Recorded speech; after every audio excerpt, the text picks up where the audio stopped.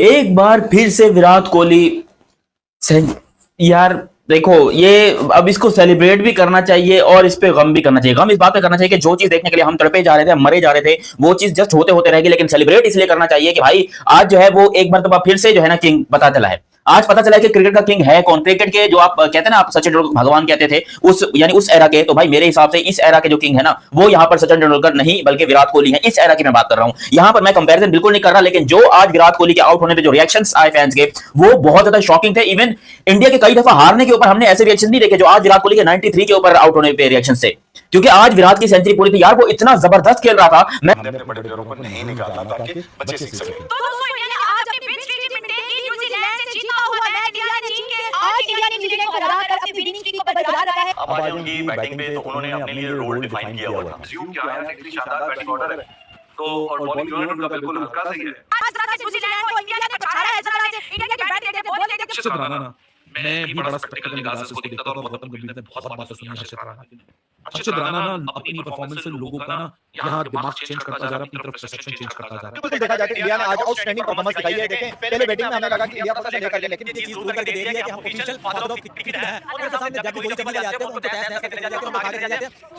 जब दुनिया ने एडजस्टमेंट किया इंडिया की टीम को, इंडिया की टीम मैच जीत सकती। आप 2022 में पता चले जब हमारे इंडिया के साथ मैच में कोई बंदा बात कह रहा था कि इंडिया मैच जीतेगा, लेकिन लोगों ने वहां से टीम उठाया। हम अपने बैट्समैन को यूज करना चाहते हैं, वो सिर्फ और सिर्फ टीम है इंडिया की टीम। आज देखिए आज कोई बंदा नहीं कहता दो तरह की टेंशन होती है। दो तरह की टेंशन ये टेंशन होती है कि आपके पास कुछ भी नहीं है, एक टेंशन कि आपके पास बहुत कुछ है लेकिन आप उसमें से चूज करना चाहते हैं। इंडिया के पास अच्छी वाली टेंशन है कि उनके पास ये बैट्समैन जो बोलते हैं जिस बंदे को लेकर तो परफॉर्मेंस बिकॉज़ उन्होंने डेवलप किया, उन्होंने इन्वेस्ट किया। उनके स्पिनर्स क्या एक उन्होंने पॉट तैयार किया, उन्होंने फास्ट बॉलर्स के पास नहीं थे, उन्होंने फास्ट बॉलर तैयार किए, उनकी अकेडमीज बनाई गई, उनकी मद्रास से लेकर बॉम्बे तक आए, उनका सेटअप देखें आप, इट्स जस्ट अमेजिंग। उनके रिक्रिएशन सेंटर देखें आप, फिर आप सेंटर्स देखें, उनकी इकोनॉमी देखें, उनकी लिटरली रणजी से लेकर डोमेस्टिक स्ट्रक्चर से लेकर आप तो दिस लेवल देखें, उसके बाद पूल बहुत बड़ा उनके पास आ गया। It was not the case back in 2000. Pakistan had the luxury because we had luckily we had the players just who आ गए सारे, you know, and the thing is I think it's just a reflection that you know कि उन्होंने सही direction में ठीक बंदों को ठीक ऊपर आने दिया।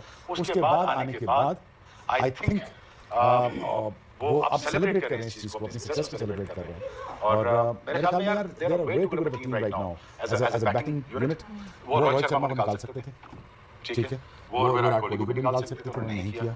उन्होंने एक एग्जाम्पल रहने दी कि यार हमने अपने बड़े प्लेयरों को नहीं निकालना ताकि बच्चे सीख सकें। शुभमन सीख रहा है ना, विराट को देख रहा है ना, वो 80-82 100 का वो शुभमन देख रहा है। सो उन्होंने अपनी एग्जाम्पल ड्रेसिंग में ठीक रखी और उनके सिस्टम ठीक रखे, इकोनॉमिक सेटअप ठीक रखे। But you know again I really think that you know they are on the up और इनकी जो प्रोग्रेशन है वो डे वन से नहीं है, इट्स लास्ट 20-25 इयर्स से है। और अगर आप कंसिस्टेंटली 2011 से आप उनको देखें, 2007 के वर्ल्ड कप से देखना शुरू करें ऑल द वे 2025 तक देखें, तो उनकी प्रोग्रेशन में बेहतरी ही है। कहीं ऐसा कोई डाउनफॉल आप नहीं देखा जहां पे आप कहीं वो गिर गए नहीं, वो ऊपर ऑन द अप ही है। So I think it's the right set of management and the right set of mindset that we invested in the right place and will pay off for it. बड़ी जबरदस्त bowling की राणे ने आज। वो लड़का जिस तरह जिसने जान मारी ना, मतलब मैं पिछली 2-3 सीरीज से देख रहा हूं, इतनी मैसिव इंप्रूवमेंट उसके अंदर आ रही है और इतनी रैपिड इंप्रूवमेंट उस लड़के के अंदर आ रही है। हालांकि 10 ओवर में 65 रन्स, 2 विकेट, 6.5 का इकोनॉमी, 26 डॉट बॉल, 8 चौके उसने कंज्यूम किए, 4 उसने वाइड्स की। लेकिन मैं समझता हूं कि हर्षित इस विकेट के ऊपर जो विकेट ऑन दी ऑफर थी, देखो एक एब्सोल्यूट फ्लैट विकेट था, सिर्फ अनइवन बाउंस था और विकेट यूं नहीं अगर आया, क्योंकि जाहिर सी बात है जितना विकेट खेला जाएगा उतना सरफेस लो होता हुआ हमें नजर आए, थोड़ा सा ड्राइनेस की तरफ है। वंस यू गिरेगा इसके टोके बॉल बहुत बल्ले पे आसानी से आएगी, स्लोनेस ऑफ द सरफेस का जो पूरा एक पोटेंशियल है वो इरेडिकेट हो जाएगा। But along with Mohammad Siraj, I believe that Harshit Rana has been very impressive in such recent times। वो बंदा अपनी परफॉर्मेंस एलिवेट कर रहा है। हालांकि अगर आज तुम लोग देखो बड़ा एब्स एंड फ्लोज, यानी ऊपर और नीचे किस्म की क्रिकेट थी। जिस तरह शुरू के 10 ओवर का आगाज हुआ, ऐसा लगा न्यूजीलैंड रिस्क नहीं ले रहा, टॉप क्रिकेट खेल रहा है। फिर उसके बाद once wickets in the hand थी, टाइम कंज्यूम कर चुके थे, उन्होंने काउंटर अटैक करना शुरू किया।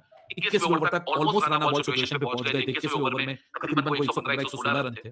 फिर उस ओवर में जाके वहां पहला विकेट गिरता है 21वें ओवर में, 22वें ओवर में, फिर 24वें ओवर में एक और विकेट हर्षित राणा लेकर डिमॉन कॉलर और हेनरी निकल्स को वापस भेजता है। वहां से फिर इंडिया की जो आज सबसे अच्छी जो चीज हुई ना, क्योंकि जिस तरह का ओपनिंग पार्टनरशिप उनको मिल गया था और नीचे जो बैटिंग लाइनअप थी, Will Young, Glenn Phillips, Michael Hay, Michael Bracewell, जैक फुल, अपना फोक्स, डैरल मिचेल, काइल जेमिसन, लगता था कि ये 350 के बियॉन्ड टोटल जा सकता है क्योंकि फाउंडेशन अब क्रिएट हो चुकी है और रिचर्ड में कोई डीमन नहीं है।